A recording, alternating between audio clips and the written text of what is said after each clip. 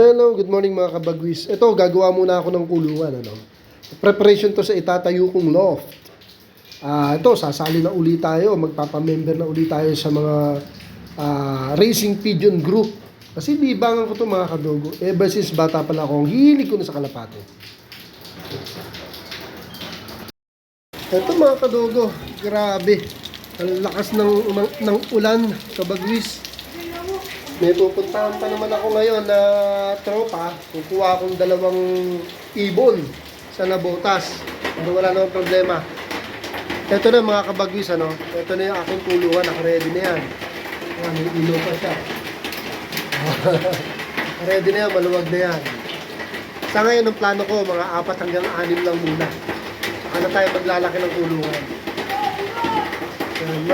Mga kabagwis, sana supportahan nyo itong bagong channel ko. Dahil sana lumago pa tayo, no?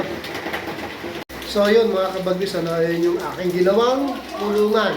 Lately, hindi ko na muna in-upload dahil kinukompleto ko pa yung detalye, no? And ngayon, aalis ako, hinihintay ko lang talagang tumila ang ulan. Dahil meron tayong ka-appointment, yung kaibigan natin na taga Nabotas, hinihintay ako na. Kukuha ako ng bago kong 2 young bird. Yun yung magiging unang ibon ko sa aking loft. So, hintayin natin tumila at aalis ka agad ako papunta sa tropa. Alright mga kabagis, ito nasa jeep ako, papunta na akong Nabotas. Alright, dito na ako sa Nabotas. Ayan, yung kaibigan ko. Ito magiging foundation ng ating magiging loft, mga kabagwis. Ayun, nakakabagwis ito. First time lang papasok sa kulungan natin. Okay. Lahat ingatan natin. First time. Sila yung magiging foundation ng loft ko mga kabagwis. Ay mga kabagwis. Sila yung magiging foundation ng loft ko mga kabagwis. Sa ngayon, 2 sila. Salamat sa ating kaibigan, si Tropang RJ, ano? Sa biyahe kong ibon natin. Alright, may sing-sing na. Peche. Alright, sige. Sige. First, ibon. Alright. Mga kapag-use sa checkered, isang malinis na checkered. Bigyan nag-aawang. Ito, small bird to mga kadogo. Speed bird to. Alright, mga kadogo. Ayan. Pasok. Pasok. Pareho silang may sing-sing, mga kabagwis.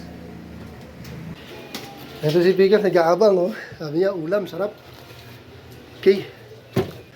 Yan na magiging paniwala lang aking loft, yung 2. Tsaka na natin silang pangalanan. Isa, ang ganda, linis na checkered. Ito isa, small bird. Speed bird yan, mga kadogo, pag small bird lang siya. Pero tingnan natin ang performance. Ang ganda, lipat ng paa. Ikli. Speed bird tong isang to. Okay.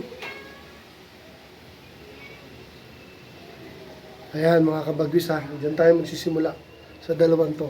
And nagpa-reserve na ako ng mga dominant color like black, brown, and yung isang brown bar, kursunada ko yun, pina-reserve ko na rin.